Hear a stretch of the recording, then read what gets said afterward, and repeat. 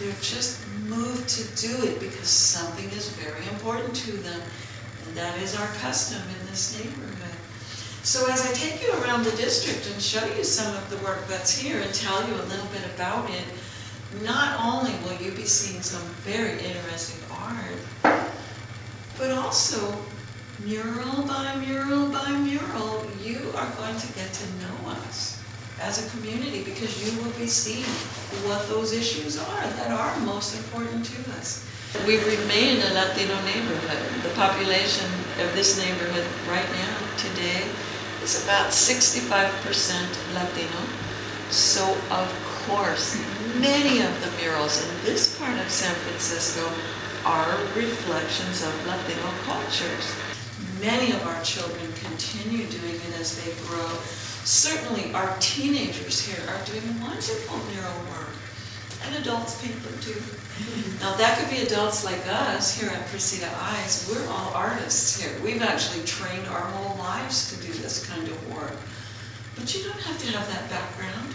It's often someone who never seriously picked up a paintbrush before. But it's a very interesting kind of community expression. That sense of drama, of bringing drama into the mural, is something that has inspired many artists to try similar things. And this is Balmy Alley. Balmy Alley, the alley itself is very small. Balmy Alley is just 1 block long, and it's so small it's not even a public street. It's privately owned. But Little Balmy Alley, here in the heart of the Mission District, is famous throughout the world because it is filled with murals.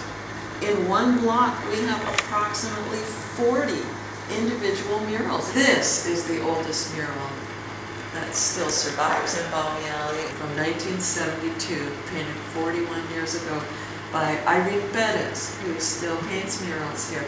The mural below it is a lot newer. That was actually done about 10 years ago by a young artist named Garth Vieira. But in this alley environment, traditionally, artists have had a lot of freedom to speak out, and we have taken advantage of that. As you're going to see, a lot of the murals in Balmy Alley are very political. These are murals that have issues, and they want us to pay attention to them. That is a mural about Nicaragua. There had been a revolution in that country. That's what we're looking at in the mural. Right in the center, there's a corn plant that divides the mural into 2 very different scenes. This one is about El Salvador, specifically about the work that people are doing as they rebuild and reestablish themselves as a nation. That is the symbolism of the 2 big hands. Those cutouts were inspired by milagros. But one of these milagros is very special to me. But look closely, because that heart is also 2 buckets of paint. And it is surrounded by paintbrushes.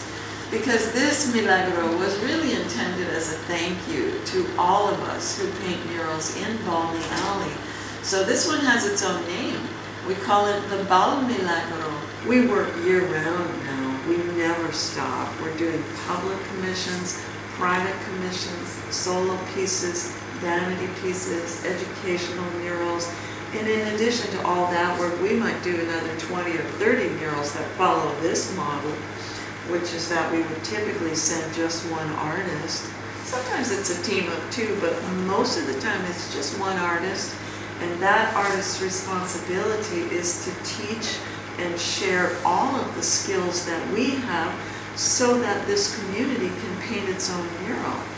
And the artist will work alongside them throughout the project too, just to make sure they don't run into any problems, make sure they have all the supplies they're going to need, make sure the mural does get completed on time. And maybe most important of all, the artist is also there to see that everyone has a good time doing it.